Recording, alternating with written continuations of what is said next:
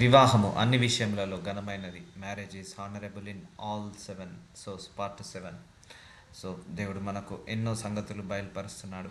So వాక్యం వినడం కాదు, వాక్యానుసారంగా నడిచినప్పుడే మన లోపల ఆ మార్పు వచ్చినప్పుడే మనం బ్లెస్ అవుతాము. సో ఉంటాయి చిన్న లోపాలు ప్రతి జీవితంలో ఉంటాయి. మ్యారేజ్ లైఫ్లో ఉంటుంది, ఫ్యామిలీ లైఫ్లో లోపాలు ఉంటాయి. వాటన్నిటిని మనం సరి చేసుకుంటూ వెళ్ళాలి. అది ఎలా మనకు రాంగ్ గైడెన్స్ ఇస్తుందో తెలియదు, కానీ వాక్యం ఎప్పుడు కూడా రాంగ్ గైడెన్స్ ఇవ్వదు. వాక్యం ఎప్పుడు కూడా రైట్ గైడెన్స్ ఇస్తుంది. అందుకే వాక్యం ఏం చెప్తుందో విని వాక్యం ప్రకారంగా మనం నడుస్తున్నప్పుడు అప్పుడు దేవుడి చిత్తం ఏంటిదో తెలుస్తుంది. ఇప్పుడు మనకు సమస్య ఉన్నదని మనుషుల ముందు పెట్టాము, 100 మంది 100 రకాలుగా చెప్తారు. సో అది రైట్ కాదు, మనం రైట్ అనుకుంటాము. కానీ దేవుడి ముందు పెట్టినప్పుడు వాక్యాన్ని తీసి చదివినప్పుడు అదే రైట్. సో వాక్యం ఏదైతే చెప్తుందో అదే ఫైనల్. దాని తర్వాత ఇంకా కొట్టివేసేది ఏమి లేదు. దేవుడు అదే అన్నాడు, భూమి ఆకాశము గతించిపోతుంది, ఒకరోజు వస్తుంది భూమి నశించిపోతుంది, ఆకాశం గతించిపోతుంది, కానీ నా మాటలు గతించిపోవని దేవుడు చెప్పాడు. కాబట్టి ఈ మాటలు ఎప్పుడు కూడా గతించిపోవు. సో బైబిల్లో రాసిన వాక్యాలన్నీ కూడా సత్యము. అవి వాటి ప్రకారంగా కట్టుకుంటే బాగుంటుంది. కానీ అపవాది ఏం చేస్తాడంటే ఈ బైబిల్కి వ్యతిరేకంగా మనుషులను తీసుకెళ్తాడు. సో మ్యారేజ్ డైవర్స్ ఇవ్వడం దేవుడి చిత్తం కాదని దేవుడు చెప్తున్నాడు. కానీ అపవాది దగ్గరుండి డైవర్స్లను ఇప్పిస్తుంటా అంటాడు, గొడవలు పెట్టిస్తుంటా అంటాడు. సో వీటన్నిటి కారణం గొడవలు, కొట్లాటలు, కోపము, ద్వేషము, పగ. సో ఇవన్నీ డైమెన్షన్లో చూస్తే మళ్ళీ అపవాది అందరినీ కూడా ట్రాప్ చేసి దేవుడికి వ్యతిరేకంగా నడిపిస్తుంటా అంటాడు. సో ఇప్పుడు అర్థమవుతుందండి. ఇప్పుడు ఆల్మోస్ట్ 90% మ్యారేజెస్ ఆర్ ఫెయిల్యూర్స్లో ఉన్నాయి. ఆల్మోస్ట్ ఇప్పుడు ఒకప్పుడు స్త్రీ పురుషుడిని పెళ్లి చేసుకునే వాళ్ళు, పురుషుడు స్త్రీని ఇప్పుడు పురుషుడు స్త్రీ. అది కూడా దేవుడి చిత్తము కాదు. సో వివాహ సంబంధం అనేది మల్టిప్లికేషన్ కావడానికి, ఫలించి అభివృద్ధి చెంది విస్తరించడానికి, భూలోకాన్ని తన పిల్లలతో నింపడానికి వివాహ బంధాన్ని దేవుడు తీసుకొచ్చాడు.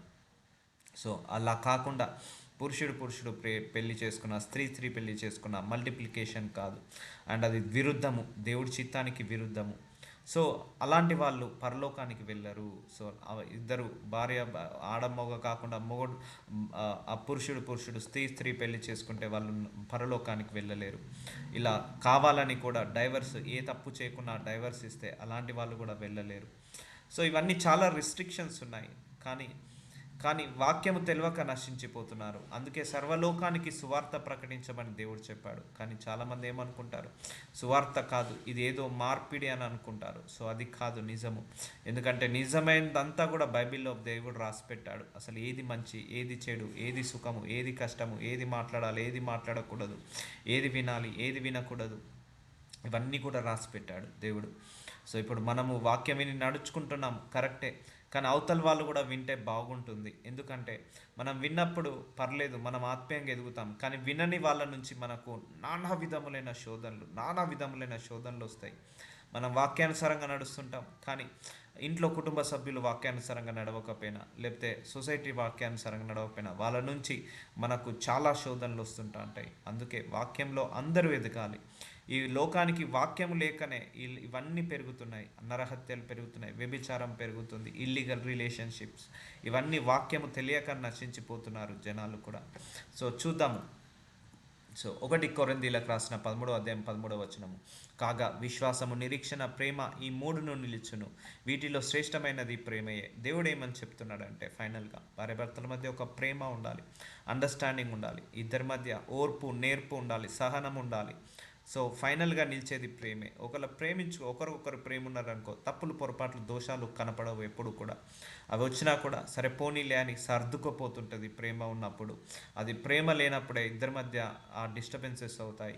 కానీ చాలామంది కూడా ఇంటర్ఫియర్ అవుతుంటారు వైఫ్ అండ్ హస్బెండ్ మధ్యలో, వాళ్ళందరినీ గొడవలు పెట్టించడానికి, ఇద్దరు విడిపోవడానికి, వాళ్ళిద్దరిని డిస్కనెక్ట్ చేయడానికి. సో అలాంటిది ఎంకరేజ్ చేయొద్దు. మనం కూడా ఇంకొకరి ఫ్యామిలీ లైఫ్లో ఇన్వాల్వ్ కావద్దు. So end of the day వాళ్ళు కొట్టుకుంటారు, వాళ్ళు బాగుంటారు. మళ్ళీ మధ్యలో మూడో వ్యక్తి వెళ్ళినప్పుడు మనకే అది బ్యాడ్ నేమ్ వస్తుంది. మన లైఫ్లో కూడా మూడో వ్యక్తిని ఇన్వాల్వ్ చేయనీయకూడదు. సో ఇవన్నీ కూడా మీ పిల్లలకు పెళ్లి చేసేటప్పుడు కావచ్చు, మీ బంధువులకు కానీ ఎవరికైనా పెళ్లి జరిగేటప్పుడు, లేకపోతే పెళ్ళి అయిన గొడవలు ఉన్న వాళ్ళకు కూడా ఈ లింక్స్ అన్నీ కూడా షేర్ చేయండి. ఎన్ని పార్ట్స్ ఉన్నాయో అన్నిటిని చదువుకోండి. అన్నిటిని వింటే సరిపోతుంది. సో మారు మనసు వచ్చేస్తుంది. వినడం ద్వారా విశ్వాసం పెరుగుతుందని దేవుడు చెప్పాడు. వింటుంటే వింటుంటే దేవుడి వాక్యాలు వింటుంటే వింటుంటే విశ్వాసము పెరుగుతుంది. కాబట్టి సో ఈ వాక్యాలు విన్నప్పుడు మన శరీరము మార్పు తెచ్చుకోవాలి. చాలామంది స్టబ్బర్న్, ఇంత చెప్పినా కూడా వినని వాళ్ళు ఉంటారు, ఎంత చెప్పినా మారని వాళ్ళు ఉంటారు. సో అలాంటి వాళ్ళని ఇక దేవుడే కాపాడాలి. సో ప్రేమ అనేది గొప్ప ఆయుధం అని చెప్తున్నాడు. సో వైఫ్ అండ్ హస్బెండ్ మధ్య, ఇద్దరి మధ్య లవ్ అనే ఆస్పెక్ట్ ఉండాలి. ఇది లేకపోతేనే గొడవలు వస్తాయి, ఇది లేకపోతేనే డిస్టర్బెన్సెస్ వస్తాయి. ప్రేమ ఉన్నప్పుడు కొంచెం తక్కువ ఎక్కువ అయినా కూడా ఆ కర్రీలో ఉప్పు అటు సర్దుకపోతారు. ప్రేమ లేనప్పుడే సర్దుకపోరు. సో చిన్న చిన్న వాటికి కూడా డిస్టర్బెన్స్ వచ్చేది ఈ ప్రేమ లేకపోవడం వల్లనే. 1 పేతురు 4:8 ప్రేమ అనేక పాపములను కప్పును గనుక అన్నిటికంటే ముఖ్యంగా ఒకని ఎడల ఒకడు మిక్కటమైన ప్రేమ గల ఉండుడి. సో ఒకరి మీద ఒకరు మిక్కటమైన అత్యధికమైన ప్రేమ కలిగి ఉండండి. భార్య మీద భర్త, భర్త మీద భార్య ప్రేమ కలిగి ఉండండి. అప్పుడు ప్రేమ ఉంది కాబట్టి అనేక పాపములను కప్పును. దోషాలు ఏమున్నా కూడా మనం సర్దిద్దుకుపోతాం. ఇప్పుడు చాలామంది కూడా ఈవెన్ కూరలో ఉప్పు వేయలేదని, తక్కువ వేసిందని కూడా డైవర్స్ తీసుకున్న వాళ్ళు ఉన్నారు. సో భార్య డబ్బులు తీసుకురాలేదని డైవర్స్ తీసుకున్న వాళ్ళు ఉన్నారు. పెళ్ళాక భార్య లావైందని డైవర్స్ తీసుకున్న వాళ్ళు ఉన్నారు. లేకపోతే పెళ్ళైన తర్వాత భర్తకు ఉద్యోగం లేదని, లేకపోతే ఆస్తిపాస్తులు లేవని అలా తీసుకున్న వాళ్ళు ఉన్నారు. సో వీళ్ళ మధ్య ఒకళ్ళ నిజంగా ప్రేమ ఉంటే ఎలాంటి తప్పులున్నా, ఎలాంటి దోషాలున్నా, ఎలాంటిదున్నా సర్దుకుపోతుంటుంది. అందుకే దేవుడు ఏమంటున్నాడు, ఇద్దరి మీద ఒకని ఎడల ఒకడు మిక్కటమైన ప్రేమ గలవారై ఉండుడి. సో మ్యారేజ్ లైఫ్లో ఇది ఇంపార్టెంట్. కానీ మ్యారేజ్ లైఫ్లో ఏది ఇంపార్టెంట్ అయింది? ఇప్పుడు కట్నము, కానుకలు, ధనము, కారు, బంగ్లాలు, బంగారము, పట్టు చీరలు, ఇవి package, salary, software job, visa, ఇది ఇంపార్టెంట్ అయింది. ఇవన్నీ ఉన్నాయి. అయినా పెళ్లి చేసుకున్న తర్వాత ఎందుకు 1 ఇయర్కి డైవర్స్ అవుతుంది? ఎందుకంటే ఇద్దరి మధ్య ప్రేమ లేదు కాబట్టి, ఇద్దరి మధ్య అండర్స్టాండింగ్ లేదు కాబట్టి. చాలామంది 5 కోట్లు పెట్టి, 10 కోట్లు పెట్టి ఖర్చు పెట్టి పెళ్లి చేసిన వాళ్ళు ఉన్నారు. పెళ్ళైనాక 1 ఇయర్ లోపే డైవర్స్ అయిన వాళ్ళు ఉన్నారు. సో డబ్బు అనేది పెళ్ళికి ముఖ్యము కాదు. కానుకలు పెళ్ళికి ముఖ్యం కాదు. పెళ్ళికి ముఖ్యము ప్రేమ, సహనము, అండర్స్టాండింగ్, ఇవి ఇంపార్టెంట్. సో ఈ విలువలు నేర్పకుండా పిల్లలకు పెళ్లి చేస్తున్నారు. ఈ విలువలు చెప్పకుండా పిల్లలకు పెళ్లి చేస్తున్నారు. సో అది ఇంపార్టెంట్ ఎప్పుడైనా కూడా. అందుకే ప్రేమ అనేక పాపములు కప్పు గనక అన్నిటికంటే ముఖ్యంగా ఒకని ఎడల ఒకడు మిక్కటమైన ప్రేమ గలవారై ఉండుడి. ఎక్కువగా ప్రేమించుకోండి అంటున్నాడు. సనుగకుండా ఒకరిని ఒకడు ఆతిథ్యము చేయుడి. సనగద్దు. భర్త మీద భార్య, భార్య మీద భర్త సనగవద్దు. కొంతమంది సనుక్కుంటా కారం ఎక్కువ వేస్తారు, సనుక్కుంటా ఉప్పు ఎక్కువ వేస్తారు కావాలనే మంటతోటి తినొద్దని. సో అలా సనుక్కుంటా గునుక్కుంటా ఉండొద్దు. సో వదిలేయాలి, ఎక్కడిదక్కడ వదిలేయాలి. సో ప్రేమ ఉన్నప్పుడు ఈ సనుగుడు ఉండదు, ఈ ద్వేషం ఉండదు, ఈ పగ ఉండదు, ప్రతీకారం ఉండదు, అహంకారం, ఇవన్నీ కూడా రావు. సో ప్రేమించిన వ్యక్తి మనం ఎప్పుడైనా కూడా డౌన్ టు ఎర్త్ ఉంటాం. ప్రేమించిన వ్యక్తి దగ్గర మనం కావాలనుకుంటాం. వాళ్ళు ఎన్ని తప్పులు పొరపాటు చేసినా కూడా సో ఓకే అని మనం వదిలేస్తాము. అందుకే దేవుడు ఏమంటున్నాడు, భార్యాభర్తలు ఫస్ట్ ప్రేమించుకోండి, ఒకరికొకరు ప్రేమించుకోండి. అంతేకాని డబ్బును ప్రేమించకండి, ఆస్తులను ప్రేమించకండి, కట్నాన్ని ప్రేమించకండి, ప్యాకేజీలను ప్రేమించకండి, ఆ వీసాని ప్రేమించకండి. సో హస్బెండ్ వైఫ్ గుణము చూసుకోవాలి. ధనము కాదు ముఖ్యము, కలర్ కాదు ముఖ్యము, క్యారెక్టర్ ముఖ్యము. సో గుణము ముఖ్యము, ధనము కాదు ఈ మ్యారేజ్ లైఫ్లో. కానీ ఇప్పుడు ఇవన్నీ ఎథిక్స్ వద్దు. పైన మెరుపులు ఎక్కువైపోయాయి. అంటే ప్యాకేజ్, శాలరీ, ఆస్తులు, పాస్తులు, ఇవన్నీ ఇచ్చినా కూడా మనిషి నిలబడలేకపోతున్నాడు. అందుకే సనుగుడుకుండా ఒకరికొకడు ఆతిథ్యము చేయుడి. సో ఆఫీస్ నుంచి లేట్ వచ్చినవని సనగడం, లేకపోతే నువ్వు వంట లేట్గా చేసినవని సనగడం, లేకపోతే నువ్వు ఎప్పుడు పడుకునే ఉంటావని సనగడం. సో ఏవో ఇక మ్యారేజ్ అన్నాక ఎన్నో సనుగుడులు ఉంటాయి. అవన్నీ చేయకుండా ఒకరికొకరు ఆతిథ్యం చేసుకోండి. ఒకరు భర్త సిక్ అయినప్పుడు భార్య ఆతిథ్యం చేయాలి, భార్య సిక్ అయినప్పుడు భర్త ఆతిథ్యం చేయాలి. ఒకరు పనిలో ఉన్నప్పుడు ఒకరు ఫ్రీ ఉన్నప్పుడు ఒకరు ఇంకో పని చేయాలి. ఒకరికొకరు కలిసి పని చేసుకోవాలి. 50-50. ఒకప్పుడు అంటే హస్బెండ్ ఒక్కడే జాబ్ చేసేవాడు, ఇప్పుడు వైఫ్ కూడా జాబ్ చేసుకుంటుంది. సో వైఫ్ అంతా అప్పుడు ఇల్లు చూసుకునేది, వంట పని, ఇంటి పని, అవన్నీ చూసుకునేది. కానీ ఇప్పుడు ఇద్దరు జాబ్ చేస్తున్నారు కాబట్టి ఇద్దరు కూడా సమానంగా అన్నీ షేర్ చేసుకోవాలి. ఇంటి పని అయినా, వంట పని అయినా, ఏదైనా కూడా ఎందుకంటే వాళ్ళు జాబ్ చేస్తున్నారు, వీళ్ళు జాబ్ చేస్తున్నారు కాబట్టి. సో ఇద్దరికి సమయం సరిపోదు, అండర్స్టాండింగ్ ఉండాలి. ఇది నువ్వే చేయాలి, ఇది నేనే చేయాలి అని కాదు, ఏది ఉన్నా కూడా ఇద్దరు చేసుకుంటూ వెళ్ళిపోతూ ఉండాలి. సో అది ఆతిథ్యము అంటారు. అంటే ఒకరికొకరిని చూసుకోవడం, ఒకరికొకరు ఏంటిది మర్యాద చేసుకోవడం, ఇవన్నీ జరుగుతుంది. లేదు నువ్వు ఈ వంట నువ్వే చేయాలి, లేదు జాబ్ నువ్వే చేయాలి, అలా అవసరం లేదు. ఈ జనరేషన్లో ఏదైనా కూడా ఇద్దరు కలిసి చేయొచ్చు. ఇప్పుడు ఆడవాళ్ళు కూడా అన్ని రంగాల్లో రాణిస్తున్నారు. Even I surprise many many females are coming to the pilot. ఎయిర్పోర్ట్లో పైలట్ ఫ్లైట్ నడిపిస్తున్నారు. సో రోడ్డు మీద కారు నడిపించడమే పెద్ద టాస్క్ అది. అలాంటిది ఆకాశంలో ఫ్లైట్ నడిపించడం చాలా చాలా భయంకరమైన సిచ్యువేషన్ అది. అలాంటిది చాలామంది లేడీస్ అవుతున్నారు ఇప్పుడు పైలట్ కావడం. సో అన్ని రంగాల్లో ఆడవాళ్ళు కూడా నడిపిస్తున్నారు. సో ఈ జనరేషన్లో ఇది నువ్వే చేయాలి, ఇది నేనే చేయాలని కాదు. ఇప్పుడు జనరేషన్ మారింది. ఒకప్పుడు లేడీస్ అంటే ఇంట్లోనే ఉండాలనేది, ఇప్పుడు మంచిగా ఐటీ రంగంలో రాణిస్తున్నారు. బ్యాంకింగ్ రంగంలో, సాఫ్ట్వేర్, ఇన్ఫ్రాస్ట్రక్చర్, మ్యానుఫ్యాక్చరింగ్, అలాగే ఈ ఎయిర్ హోస్టెస్ అందరూ వాళ్ళే, రిసెప్షనిస్ట్ అందరూ వాళ్ళే. సో అందరూ కూడా ఫీమేల్స్ కూడా టాప్లో వెళ్తున్నారు. సో ఈ జనరేషన్ చాలా నైస్ జనరేషన్. సో ఎందుకంటే అన్ని రంగాల్లో ఆడవాళ్ళు ఎదుగుతున్నారు, ఇటు మగవాళ్ళు ఎదుగుతున్నారు. అలాగే ఇంట్లో కూడా అందరూ కూడా కలిసిమెలిసి ఉండాలి. బయట కూడా ఎలాగైతే కలిసిమెలిసి కొలీగ్స్ దగ్గర కలిసిమెలిసి పని చేసుకుంటామో, ఇంట్లో కూడా అలాగే కలిసిమెలిసి పని చేసుకోవాలి. దాన్నే ఆతిథ్యము చేసుకోండి, ఒకరికొకడు ఆతిథ్యము చేయుడి. 1 పేతురు 4:10 దేవుడు నానా విధమైన కృప విషయమై మంచి గృహ నిర్వాహకులై ఉండి. సో మంచి గృహ నిర్వాహకులు ఇల్లు చక్కబెట్టుకోవాలి, ఇల్లు మంచిగా నీట్గా ఉంచుకోవాలి, అలాగే పిల్లల్ని నీట్గా పెంచుకోవాలి. మంచి గృహ నిర్వాహకులు మంచిగా టైంకి తిని టైంకి పడుకొని నలుగురు మధ్య అండర్స్టాండింగ్, కలిసి కుటుంబ ప్రార్థన చేసుకోవడం, కుటుంబంలో ఆరాధించుకోవడం. సో మనీ, ప్రాపర్టీ ఇవన్నీ పక్కకు పెట్టేసేయండి మ్యారేజ్ లైఫ్లో. అవన్నీ ఎప్పుడు కూడా రావద్దు. సో మనీ, ప్రాపర్టీ ఉంటేనే సంతోషం అని అనుకోవద్దు. సో మనం 3 పూటల భోజనం తిని మంచిగా పిల్లలతోటి ఆనందంగా సంతోషంగా ఉన్నామా చాలు.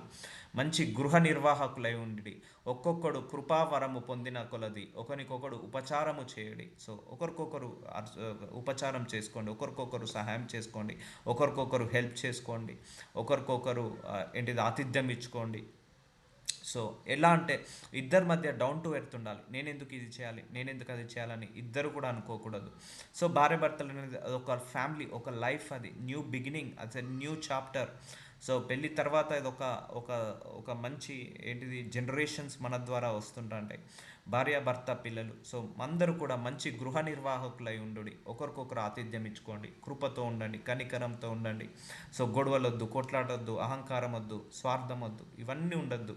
డబ్బు వద్దు. ముఖ్యంగా భార్య భర్తల మధ్య డబ్బు రావద్దు. డబ్బు ఉంటేనే సంతోషం కాదు, డబ్బు లేకపోయినా కూడా సంతోషంగా ఉండొచ్చు. సో 1 పేతురు 4:11 ఒకడు బోధించినడెలా దైవోక్తులు బోధించినట్టు బోధింపవలెను. సో బోధించాలి, పిల్లలకు మంచిగా బోధించాలి, వాక్యాన్ని బోధించాలి, పద్ధతులు బోధించాలి. భార్యకు చెప్పుకునే విధంగా భార్యకు, పిల్లలకు చెప్పుకునే విధంగా పిల్లలకు చెప్పుకోవాలి. ఒకడు ఉపచారము చేసినడలా దేవుని అనుగ్రహించు సామర్థ్యము కొద్దీ చేయవలెను. ఇందువలన దేవుడు అన్నింటిలోనూ యేసుక్రీస్తు ద్వారా మహిమపరచబడును. యుగ యుగముల వరకు మహిమ ప్రభావము ఆయనకు కూడా కలుగును గాక. ఆమేన్. ఇక్కడ దేవుడు ఏమంటున్నాడు? ఇందువలన దేవుడు అన్నింటిలోనూ ఏమంటున్నాడు? యేసుక్రీస్తు ద్వారా మహిమపరచబడును. సో ఆయనకు మహిమ కలగాలి. సో ఇంట్లో డిస్టర్బెన్సెస్ ఉన్నాయి, గొడవలు కొట్లాటలు ఉన్నాయి, వాటి వల్ల దేవుడు మహిమపరచబడలేడు, మహిమ పొందుకోలేడు. కాబట్టి వాటన్నిటిని బట్టి నువ్వు ఎంత అన్యోన్యంగా ఉంటే అంత మహిమ పెరుగుతుంది దేవుడికి. సో ప్రియులారా, మిమ్మల్ని శోధించుటకు సో వస్తాడు. భార్యాభర్తలు బాగున్నప్పుడు, పిల్లలు బాగున్నప్పుడు శోధించడానికి ఒకరు వస్తారు. ఇంటికి కావచ్చు, అపవాది కావచ్చు, ఎవరో ఒక ద్వారా. సో ఎవరో ఒకరు ఫోన్ చేసి వాళ్ళ మధ్య డిస్టర్బెన్సెస్ క్రియేట్ చేస్తారు. అందుకే ప్రియులారా, మిమ్మల్ని శోధించుటకు మీకు కలుగుచున్న అగ్ని వంటి మహాశ్రమను గూర్చి మీకేది ఒక వింత సంభవించినట్లు ఆశ్చర్యపడకూడదు. సో శోధనలు వస్తుంటా ఉంటాయి. ఇప్పుడు భార్యాభర్తలు బాగుంటే అపవాది ఓర్చుకోలేడు. భార్యాభర్తలు బాగుంటే ఇంటి పక్కన వాళ్ళు, ఇంట్లో వాళ్ళు ఎవరు ఓర్చుకోలేరు. ఇద్దరు కొట్టుకున్నారనుకో భార్యాభర్తలు, చాలామంది హ్యాపీగా ఫీల్ అవుతారు. భార్యాభర్తల మధ్య డిస్టర్బెన్స్ ఎక్కువ ఉన్నాయనుకోండి, అవతల వారికి ఒక న్యూస్ అయిపోతుంది. వారు బ్రేక్ఫాస్ట్, లంచ్, డిన్నర్ కూడా చేయరు. అదే బాగుంటే మాత్రం వాళ్ళు తట్టుకోలేరు. సో శోధనలు వస్తుంటాయి అందరి నుంచి. కాబట్టి మీరు ఆశ్చర్యపడకూడదు. సో ఆ శోధనలు నువ్వే తగ్గించుకోవాలి. వినొద్దు. నా భర్త గురించి ఏ చెప్పినా నేను వినొద్దు, నా భార్య గురించి నేను ఏ చెప్పినా వినొద్దు, నా పిల్లల గురించి నేను ఏ చెప్పినా వినొద్దు. సో ఎందుకంటే మన ఫ్యామిలీ మీద మనకు ఒక అండర్స్టాండింగ్ ఉండాలి. వాళ్ళు ఒకటి వీళ్ళు ఒకటి చెప్పడం కాదు, మన ఫ్యామిలీ మీద ఒక అండర్స్టాండింగ్ ఉండాలి. కానీ చాలామంది చెడిపోవాలని కోరుకుంటారు, మంచిగా ఎవరు కోరుకోరు. శోధనలు వస్తుంటా ఉంటాయి. క్రీస్తు మహిమ బయలుపరిచినప్పుడు మీరు మహానందంతో సంతోషించే నిమిత్తం క్రీస్తు శ్రమలో మీరు పాలివారై ఉన్నంతగా సంతోషించుడి. సో ఇప్పుడు ఇక్కడ దేవుడు ఏమని చెప్తున్నట్టే, మనందరం క్రీస్తులో ఉంటున్నాం. శ్రమలు పోరాటాలు వచ్చినప్పుడు ఆనందంగా ఉండండి. ఎందుకంటే మనం దేవుల్లో ఏదొచ్చినా మనకు అది మన మంచికే. కష్టం వచ్చినా నష్టం వచ్చినా అక్కడ అలాని మనం చెడిపోవద్దు, మనం చెడగొట్టుకోవద్దు. ఇప్పుడు దేవుడు మనకు 100 సంవత్సరాల ఆయుష్ ఇచ్చాడు కదా అని పోయి రోలర్ కింద పడుకోలేం కదా. సో పడుకుంటే బ్రతకలేం కదా. సో అలాగే జాగ్రత్తగా ఉండాలి, అన్ని విషయాలలో మితముగా ఉండాలి, జాగ్రత్తగా ఉండాలి. క్రీస్తు నామం నిమిత్తము మీరు నింద పాలైన ఎడల మహిమా స్వరూపైన ఆత్మ అనగా దేవుని ఆత్మ మీ మధ్య నిల్చున్నాడు కనుక మీరు ధన్యులు. సో ఇప్పుడు దేవుడు ఆత్మ మన మధ్యలో నిల్చున్నాడు, గుర్తుపెట్టుకోండి. భార్య భర్తల మధ్య దేవుడు ఆత్మ ఉంటుంది. సో పిల్లల మధ్య దేవుడు ఆత్మ మధ్య ఉంటుంది, మన కుటుంబంలో దేవుడు ఆత్మ ఉంటుంది. కాబట్టి ఎప్పుడైనా ఆయన మన మధ్యలోనే సంచరిస్తున్నాడు, గుర్తుపెట్టుకోండి. మనం గొడవలు పట్టుకుంటే, భార్య భర్తలు గొడవలు పెట్టుకుంటే ఇంటి పక్క వాళ్ళు చూడకపోవచ్చు, ఇంటి ఎదురుగా వాళ్ళు చూడకపోవచ్చు, కానీ దేవుడు చూస్తుంటా అంటాడు. ఎందుకంటే ఆయన మన మధ్యనే సంచరిస్తుంటా అంటాడు. కాబట్టి సో దాని విషయంలో కేర్ఫుల్గా ఉండాలి. యేసు ఈ మాటలు చెప్పి చాలించిన తర్వాత మత్తయి సువార్త 19వ అధ్యాయం 1వ వచనం, గలీలియా నుండి యోర్దాను అద్దరునున్న యూదయ ప్రాంతముల వరకు వచ్చెను. జన సమూహములు ఆయనను వెంబడింప ఆయన వారిని అక్కడికి స్వస్థతపరిచాను. సో యేసు ప్రభు వారు యూదా ప్రాంతాలన్నిటికీ వెళ్తున్నాడు, అందరూ స్వస్థతపరిచారు. సో అక్కడ ఏమైందో ఒకటి చూద్దాము. పరిసయ్యులు ఆయనను శోధింపవలనని ఆయన యుద్ధకు వచ్చి ఏ హేతువు చేతను పురుషుడు తన భార్యను విడనాడుట న్యాయమా అని అడగగా, అక్కడ పెద్ద మనుషులు కొందరు వచ్చి యేసయ్యను అడుగుతున్నారు, భార్యను విడనాడొచ్చా? ఏ హేతువు చేత, ఏ కారణం చేత విడనాడొచ్చు, దాని ఏ రీజన్ వల్ల విడనాడొచ్చు అని యేసుప్రభు అని అడుగుతున్నాడు. అప్పుడు యేసుప్రభు వారు ఏమంటున్నాడంటే, ఆయన సృజించిన వాడు ఆది నుండి వారిని పురుషునిగాను స్త్రీనిగాను సృజించాను. సో సృష్టించిన వాడే, ఆ పురుషునైనా స్త్రీనైనా సృష్టించిందే దేవుడు. కాబట్టి ఇందు నిమిత్తము పురుషుడు తల్లిదండ్రులను విడిచి తన భార్యను హత్తుకొనును, వారిద్దరు ఏకశరీరంగా ఉందరని చెప్పునని మీరు చదవలేదా? సో యేసుప్రభు వారు గద్దిస్తున్నారు. సో ఇద్దరు ఒకసారి జతపరిచేది దేవుడే, స్త్రీని పురుషుని దేవుడే, పురుషుణ్ణి సృష్టించింది దేవుడే. సో ఇద్దరు జతపరిచిన తర్వాత వాళ్ళు ఏక శరీరంగా ఉంటారు, ఏక ఆత్మ ఏక మనసులాగా ఉంటారు. So after the marriage they are not the two, they are the one. పెళ్ళైన తర్వాత ఇద్దరు కాదు, వాళ్ళు ఒక్కటే, ఒకలాగా కన్సిడర్ చేయాలి. కాబట్టి వారి ఇకను ఇద్దరు కాక ఏక శరీరంగా ఉన్నారు గనుక దేవుడు జతపరిచిన వారిని మనుషుడు వేరుపరచకూడదని చెప్పాను. సో దేవుడు జతపరిచిన వాళ్ళను మనిషిని ఎప్పుడు కూడా వేరుపరచకూడదు అని దేవుడు చెప్తున్నాడు. అందుకు వారు అలాగైతే పరిత్యాగ పత్రికనిచ్చి ఆమెను విడనాడమని మోషే ఎందుకు ఆజ్ఞాపించనని వారు ఆయనను అడగగా, సో ఒక మనిషి పెళ్ళైన తర్వాత వాళ్ళిద్దరిని విడతీయద్దని దేవుడు చెప్పాడు కదా, మరి మోషే ఎందుకు డైవర్స్ తీసుకోవచ్చు అని చెప్పాడు అని వాళ్ళు అడుగుతున్నారు. సో ఏ సందర్భంలో డైవర్స్ తీసుకోవచ్చు అని అడుగుతున్నారు. ఆయన మీ హృదయ కాఠిన్యము బట్టి మీ భార్యలు విడనాడ మోషే సెలవిచ్చాను కానీ ఆది నుండి అలాగూ జరగలేదు. మరియు వ్యభిచారము నిమిత్తమే తప్ప తన భార్యను విడనాడి సో మరి ఒక తను పెళ్లి చేసుకున్నవాడు వ్యభిచారము చేయుచున్నాడని.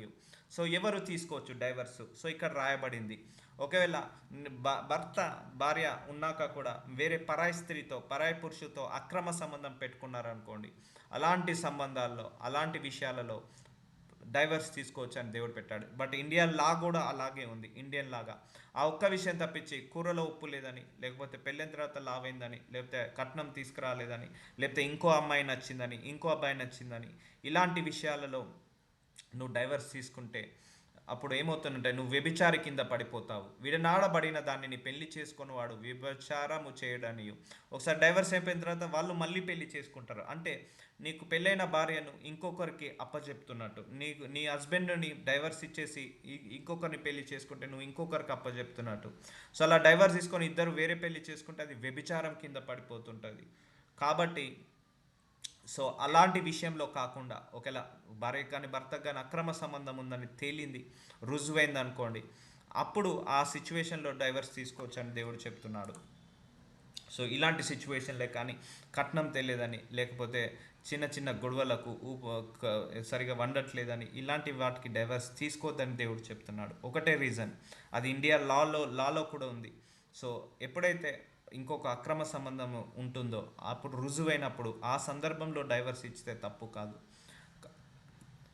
ఆయన శిష్యులు భార్యాభర్తలు కూడా సంబంధము ఇట్టిదైతే పెళ్లి చేసుకొనుట యుక్తము కాదని ఆయనతో చెప్పిరి. అందుకైన అనుగ్రహం నొందిన వారు తప్ప మరి ఎవరును ఈ మాట అంగీకరింపనేరరు. ప్రియులారా, మనం ఒకరికొకడు ప్రేమింతుము, ఏలనగా ప్రేమ దేవుని మూలంగా కలుగుచున్నది. ప్రేమించు ప్రతివాడు దేవుని మూలంగా పుట్టినవాడై దేవుణ్ణి ఎరుగును. దేవుడు ప్రేమ స్వరూపి, ప్రేమ లేనివాడు దేవుణ్ణి ఎరుగడు. సో నీ ఇంట్లో నీ భార్యను తిడుతున్నావు, నీ భర్తను తిడుతున్నావు, సో నువ్వు దేవుణ్ణి ప్రేమిస్తున్నా అంటున్నావు. సో అప్పుడు నువ్వు దేవుడి ద్వారా పుట్టినవాడివి కాదు, అందరిని ద్వేషిస్తున్నావు నువ్వు. కాబట్టి అందరికీ కూడా దేవుడు ప్రేమించలేదు, నువ్వు దేవుడు ప్రేమ స్వరూపి, నువ్వు ప్రేమించట్లేదు అంటే ప్రేమ లేనివాడు దేవుణ్ణి ఎరగడు. సో నువ్వు ఇంట్లో ఉన్న భార్యను ప్రేమించట్లేదు, ఇంట్లో ఉన్న భర్తని నువ్వు ప్రేమించట్లేదు, సో నువ్వు దేవుణ్ణి ఎలా ప్రేమిస్తావు? సో అని దేవుడు వాక్యం ద్వారా చెప్తున్నాడు. మనము ఆయన ద్వారా జీవించినట్లు దేవుడు తన అద్వితీయ కుమారుని లోకానికి పంపాను. దీనివలన దేవుడు మన అందించిన ప్రేమ ప్రత్యక్షపరచబడెను. సో దేవుడు మన కోసం పరలోకం నుంచి దిగి వచ్చాడు. సో ఆయన ప్రేమను వెల్లడించాడు. కాబట్టి ఈ డిస్టర్బెన్సెస్, ఫ్యామిలీస్లలో డిస్టర్బెన్సెస్ ఎంటర్టైన్ చేయకండి, ఎవరిని కూడా ఎంటర్టైన్ చేయకండి.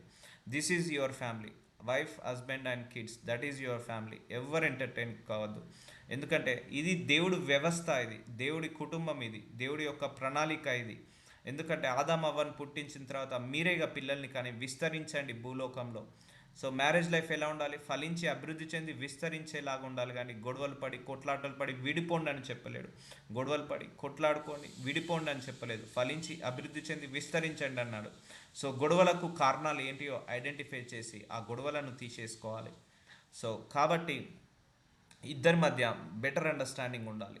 Should not involve third person. మనము దేవుని ప్రేమించితమని కాదు, తానే మనలను ప్రేమించి మన పాపములకు ప్రాయశ్చిత్తమై ఉండుటకు తన కుమారుణ్ణి పంపెను. ఇందులో ప్రేమై ఉన్నది.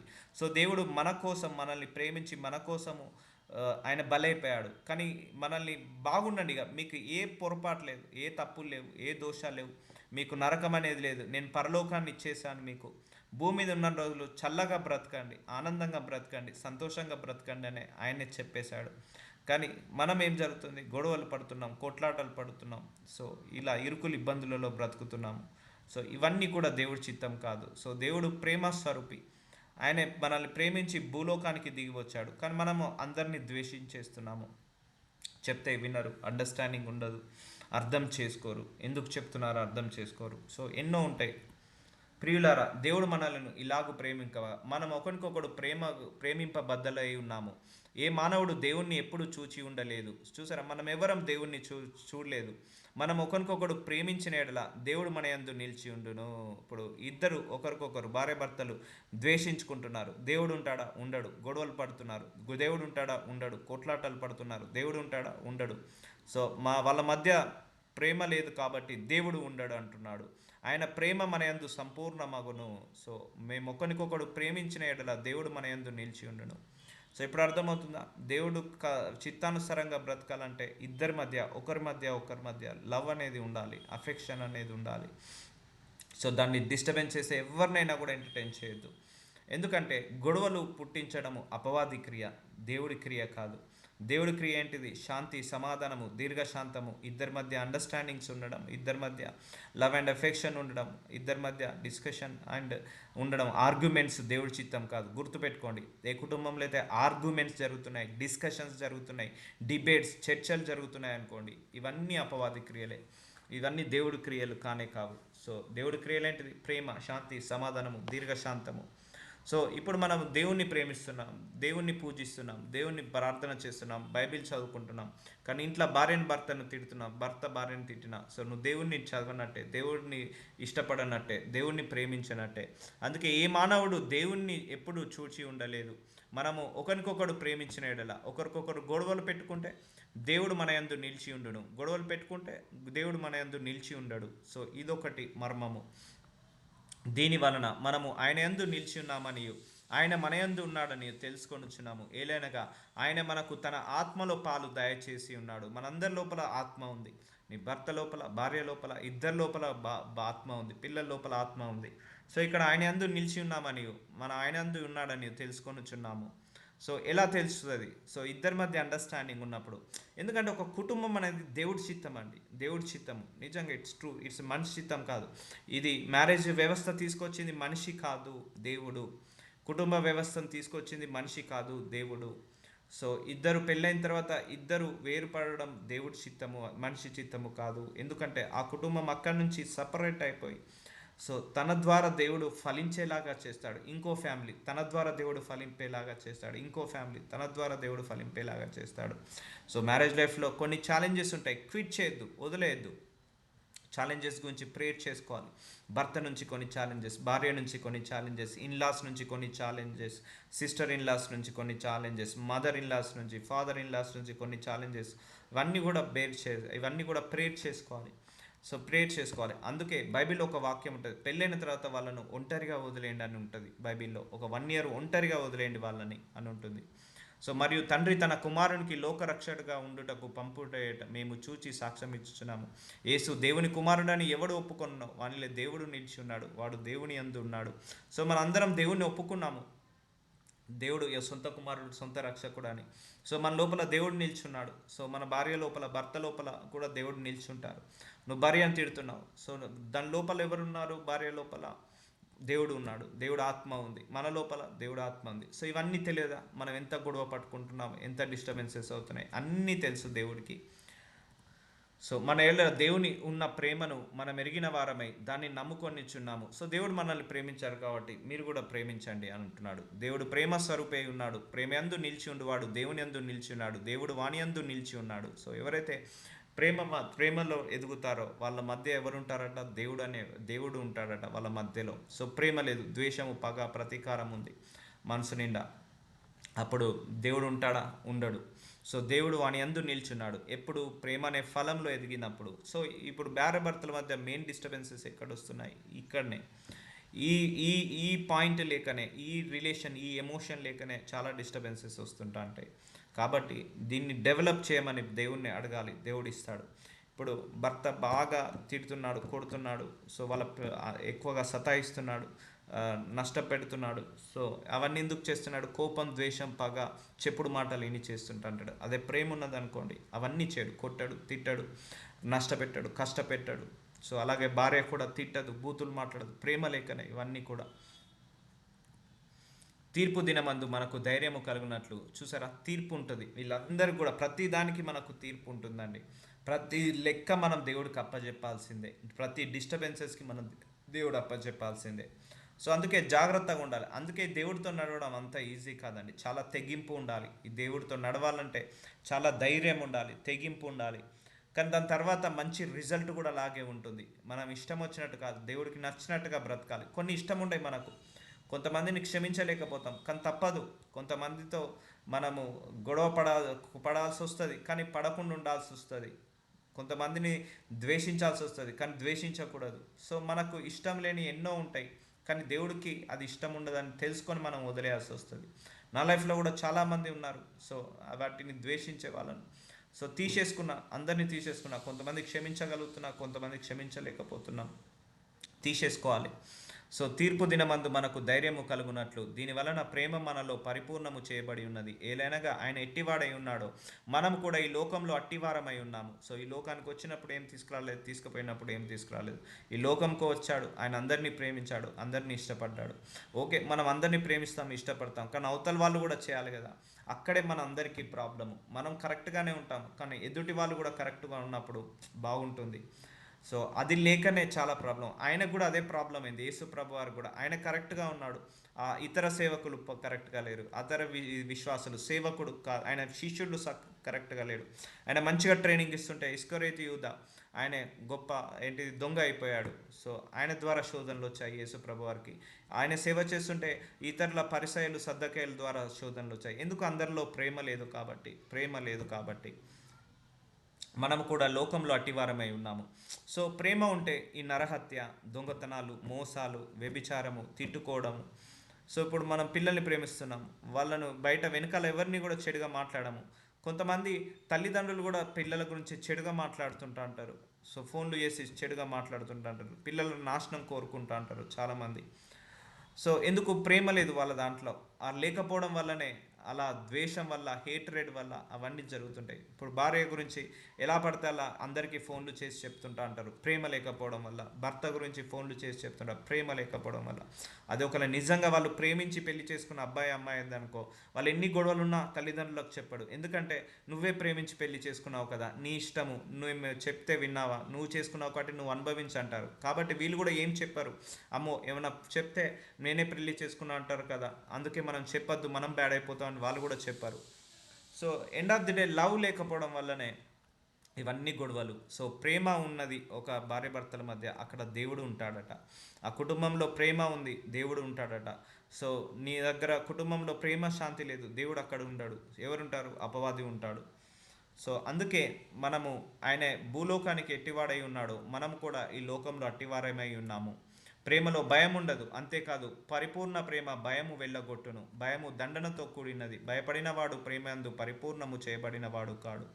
సో ప్రేమలో భయం ఉండదు. సో ఒకరికొకరు అర్థం చేసుకోవడం. ఇప్పుడు కొంతమందికి కోపం ఉన్నప్పుడే భయం వస్తుంటుంది, అమ్మో నేను తిడతాడేమో, కొడతాడేమో, నేను ఇది చెప్తే అని వాళ్ళు భయపడి కూడా చెప్పారు, చాలా మటుకు కూడా డిస్కస్ చేసుకోరు.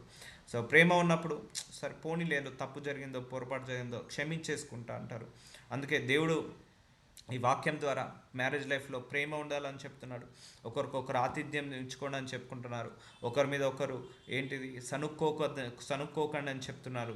ఒకరి మీద ఒకరు క్షమించుకోండి, ఒకరినొకరు క్షమించుకోండి అని చెప్తున్నాడు. So these all are the properties for the marriage life. మనం ఏమనుకుంటున్నాం, కట్నం ఒక ఇంపార్టెంట్ అనుకుంటున్నాము, లేకపోతే జాబ్ ఇంపార్టెంట్, ఓకే అవన్నీ ఉండాలి, కానీ వాటికంటే ముందు ఇవి ఉండాలి. సో ఇవి ఉన్నాయి అనుకోండి, సో అవి ఉన్నా లేకపోయినా సంతోషంగా ఉంటుంది. ఇప్పుడు కట్నం మనిషిని సంతోషపెట్టదు, ఇల్లు మనిషిని సంతోషపెట్టదు, ఉద్యోగం మనిషిని సంతోషపెట్టదు, అది బ్రతకడానికి ఒక ఆధారము అంతే. కానీ అవన్నీ ఉన్న వాళ్ళు నెలకు 10 లక్షలు సంపాదించిన వాళ్ళ ఇంట్లో భార్య భర్తలు గొడవలు పడే వాళ్ళు ఉన్నారు, డిస్టర్బెన్సెస్ చేసే ఉన్న వాళ్ళు ఉన్నారు. So that is not a priority for marriage life, that is not a encouragement for marriage life. డబ్బు, ఆస్తులు, పాస్తులు, బంగారం, నగలు, పట్టు చీరలు ఇవన్నీ ఎంకరేజ్మెంట్ కాదు మ్యారేజ్ లైఫ్ హ్యాపీగా ఉండడానికి. సో అండర్స్టాండింగ్ ఇద్దరి మధ్య లవ్ అండ్ అఫెక్షన్, ఇవి మ్యారేజ్ లైఫ్కి కావాల్సిన సద్గుణాలు అంటారు. సో కాబట్టి ఇవన్నీ కూడా మనము ఎడ్యుకేట్ చేయాలి తెలియని వాళ్ళకు. సో ఈ లింక్స్ షేర్ చేయండి. గొడవలు పడి ఉంటే సిరీస్ బై సిరీస్ వినమనండి. అందరికి కూడా క్లియర్గా క్లారిటీ వస్తుంది ఎక్కడ తప్పు చేస్తున్నాం. ఒకటండి, భార్య భర్తను దూషించి, భర్తను భార్యను దూషించి, ఇద్దరు విమర్శించుకొని, ఇద్దరు గొడవలు పడి, కొట్లాటలు పడి అండ్ డైవర్స్ తీసుకొని వాళ్ళు ఇంకో పెళ్లి చేసుకున్నంత మాత్రాన వాళ్ళు పరలోకానికి వెళ్ళరు. అది కూడా దేవుడి చిత్తానికి వ్యతిరేకము. సో అది దేవుడి చిత్తానికి విరుద్ధము. కానీ ఇప్పుడు లోకం నిండా అదే జరుగుతుంది. So we should not encourage that యాక్చువల్గా. సో లోకం అంతా అదే జరుగుతుంది కదా. ఇప్పుడు డైవర్స్ ఈజ్ ఏ కామన్ అయిపోయింది. Divorce letters are very very common, casualty అయిపోయింది. సింగిల్ డేస్ వచ్చేస్తున్నాయి and many families are applying for divorce. ఒకప్పుడు డైవర్స్ అంటే ఎక్కడో వందల్లో వేలలో ఒకటి ఉండేది. సో ఇప్పుడు అలా కాదు, వందలో వేలలో ఒక్కటే సక్సెస్ ఉంటుంది. సో 90% ఫెయిల్యూర్స్ ఉంటున్నాయి. So that is not a God's will. ఆయన మొదట మనలను ప్రేమించను గనుక మనము ప్రేమించుచున్నాము. ఎవడైనాను నేను దేవుని ప్రేమించుచున్నానని చెప్పి తన సహోదరుని ద్వేషించిన ఎడల అతడు అబద్ధికుడగును. సో నేను దేవుని ప్రేమిస్తున్నానని చెప్పి నీ ఇంట్లో భర్తనే నువ్వు ఇష్టపడట్లేదు, సో నీ పొరుగువాడిని ఇష్టపడట్లేదు, అయితే నువ్వు అబద్ధం చెప్తున్నట్టు. తాను చూచిన సహోదరుని ప్రేమింపని వాడు తాను చూడని దేవుని ప్రేమింపలేడు.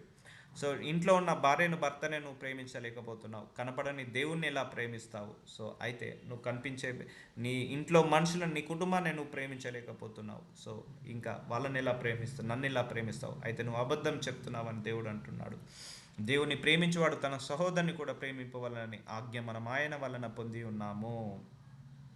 కాబట్టి సహోదరులారా, పరిశుద్ధమును దేవునికి అనుకూలమైన సజీవ యాగముగా మీ శరీరములను ఆయనకు సమర్పించుకొనుడి. దేవుని వాత్సల్యమును బట్టి మిమ్మును బతిమాలుకొనుచున్నాను, ఇట్టి సేవ మీకు యుక్తమైనది. సో మనము దేవుడికి ముందు తప్పు చేయకుండా, పొరపాటు చేయకుండా పరిశుద్ధంగా ఉన్నామా? నేను ఒకరోజు చెప్పాను మీకు, నువ్వు ఏమి చేయకు, ఈరోజు దేవుడి చిత్తానుసారంగా నడిచావు, ఒక్కరిని కూడా ద్వేషించలేదు, ఒక్కరిని కూడా దూషించలేదు, ఒక్కరిని కూడా విమర్శించలేదు, నీతిగా ఉన్నావు, పరిశుద్ధంగా ఉన్నావు, వాక్యం చదువుకున్నావు, ప్రార్థన చేసుకున్నావు, ఆరాధించావు, స్తుతించావు, అది కూడా దేవుడి సేవనే. ఎందుకంటే అలా ఉండడం వల్ల దేవుడికి మహిమ కలుగుతుంది. సో అందుకే పరిశుద్ధము దేవునికి అనుకూలమైన సజీవ యాగము. మన శరీరము దేవుడి యొక్క ఆలయము. మన శరీరాన్ని పరిశుద్ధంగా ఉంచుకోవాలి. ఇప్పుడు మన పెళ్ళైన తర్వాత లేకపోతే పెళ్ళికి ముందు కావచ్చు, మన వేరే స్త్రీ వేరే పురుషుడు మన శరీరాన్ని తాకడానికి కూడా వీల్లేదు. కానీ ఇప్పుడు కామన్ అయిపోయింది షేక్ హ్యాండ్ ఇవ్వడం, హగ్ చేసుకొని సెలబ్రేట్ చేసుకోవడం, హగ్ చేసుకొని గ్రీటింగ్ ఇచ్చుకోవడం ఇప్పుడు కామన్ అయిపోయింది ఇది. సో మన శరీరము పరిశుద్ధమైన సజీవ యాగము, దేవుడికి అనుకూలమైన సజీవ యాగము. సో అందుకే నువ్వు ఎంత పరిశుద్ధంగా ఉంటే దేవుడు నీ శరీరంలో అంతగా నివసిస్తాడు.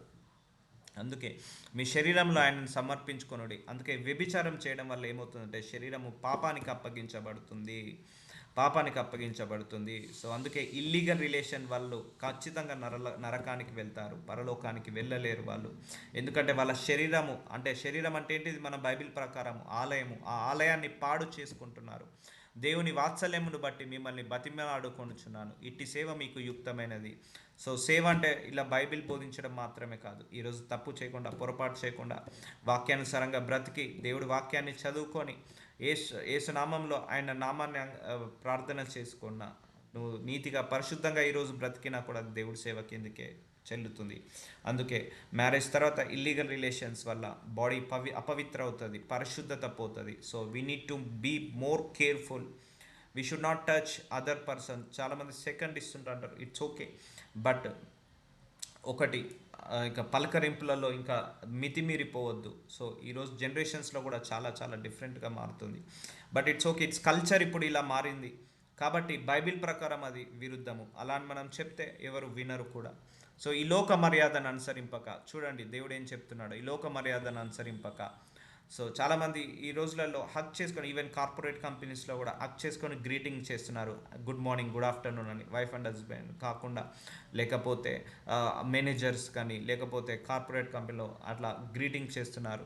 ఇది లోక మర్యాదను అనుసరింపక ఉత్తమమును అనుకూలమును సంపూర్ణమై ఉన్నది దేవుని చిత్తమేదో పరీక్షించి తెలుసుకున్నట్లు మీ మనస్సు మారి నూతన మగుట వలన రూపాంతం పొందుడి.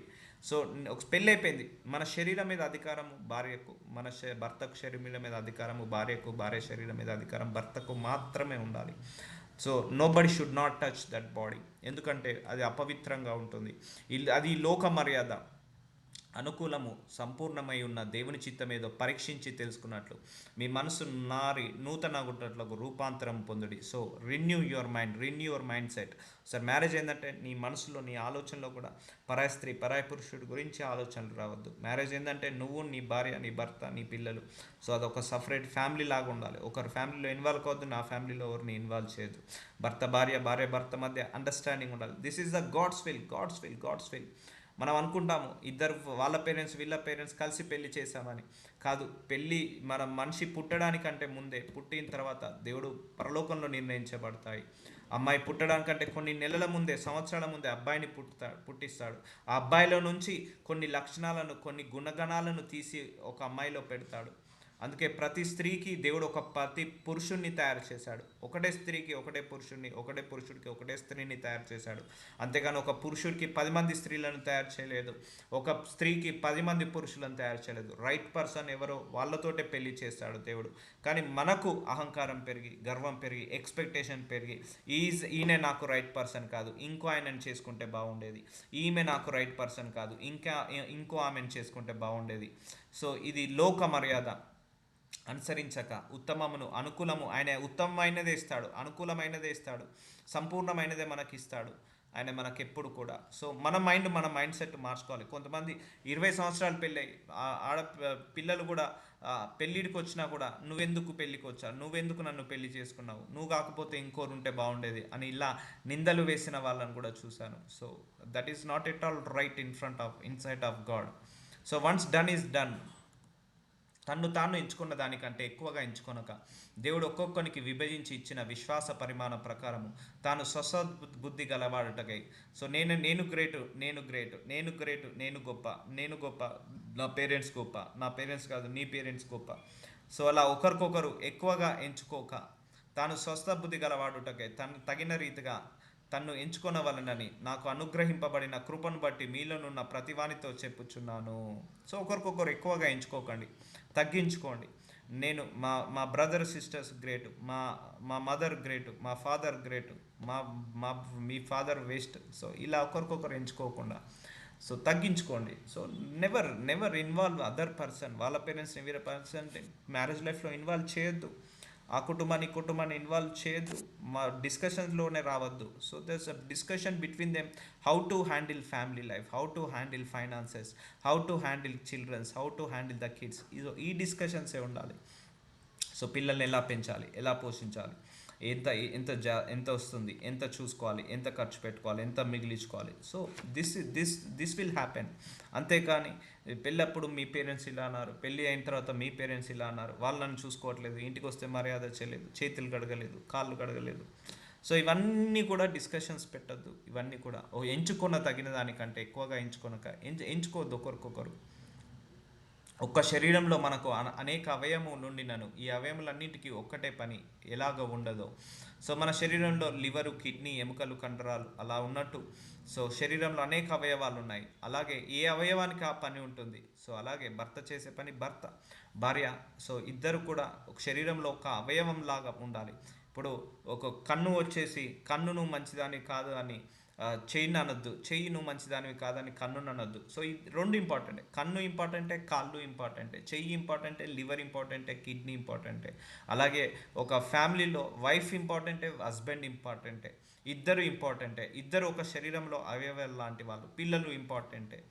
సో అందరూ కూడా ఫ్యామిలీలో ఒక అవయవం, శరీరంలో అవయవంలో ఒక్కొక్కరు ఒక్కొక్క అవయవం లాగా. అందుకే వైఫ్ లేకుండా హస్బెండ్ ఉండదు, హస్బెండ్ లేకుండా వైఫ్ ఉండదు, సో నడవదు. సో అందుకే ఇద్దరు కలిసి నడిపించాలి. ఒక అవయవం లేకపోతే ఎలాగైతే బాడీ పనిచేయదో అలాగే వైఫ్ లేకపోతే హస్బెండ్ అంటే కుటుంబం నడవదు, హస్బెండ్ లేకపోతే వైఫ్ నడవదు. సో ఎంతైనా నడిచినా కూడా చాలా డిస్టర్బెన్సెస్తో నడుస్తుంది. అలాగే అనేకులమైన మనము క్రీస్తులో ఒక్క శరీరముగా ఉండి ఒకరికొకరు ప్రత్యేకముగా అవయములై ఉన్నాము. సో మనందరం కూడా లాస్ట్కి ఏకమేది క్రీస్తు శరీరము. సో ఇప్పుడు నీ భార్యను తిడుతున్నావు, క్రీస్తు శరీరాన్ని తిడుతున్నట్టు. నీ భర్తను తిడుతున్నావు, క్రీస్తు శరీరంలో ఒక అవయవాన్ని తిడుతున్నట్టు. We are the body of Christ. దేవుడి యొక్క క్రైస్ట్ యొక్క బాడీ మన అందరం కూడా. సో మనము అనుగ్రహింపడిన కృప చొప్పున వెవ్వేరు కృపావరములు కలిగిన వారే ఉన్నాము గనక ప్రవచనమైతే విశ్వాస పరిమాణం చొప్పున ప్రవచింతుము, పరిచర్య అయితే పరిచర్యలోను, బోధించువాడైతే బోధించుటలోను, హెచ్చరించువాడైతే హెచ్చరించుటలోను పని కలిగి ఉందము. పంచిపెట్టువాడు శుద్ధ మనస్సుతోను, పై విచారణ చేయవాడు జాగ్రత్తతోను, కరుణించువాడు సంతోషంతోను పని జరిగింపవలెను. సో ఇవన్నీ కూడా మ్యారేజ్ లైఫ్లో ఖండించుకోవడం, మాట్లాడుకోవడం, చెప్పుకోవడం. సో ఇవి ఒకరికొకరు కూర్చొని మాట్లాడుకొని సెట్ చేసుకోవాలి. ఒకవేళ భార్య తప్పు చేస్తే ఖండించు, ఇది నువ్వు తప్పు చేస్తున్నావు. భర్త తప్పు చేస్తే ఖండించు, పిల్లలు తప్పు చేస్తే బోధించు. సో హెచ్చరించు. ఒకవేళ పిల్లలు మితిమీరి ప్రవర్తిస్తే హెచ్చరించాలి. భార్య కూడా మితిమీరి ప్రవర్తిస్తే హెచ్చరించాలి. So will continue tomorrow.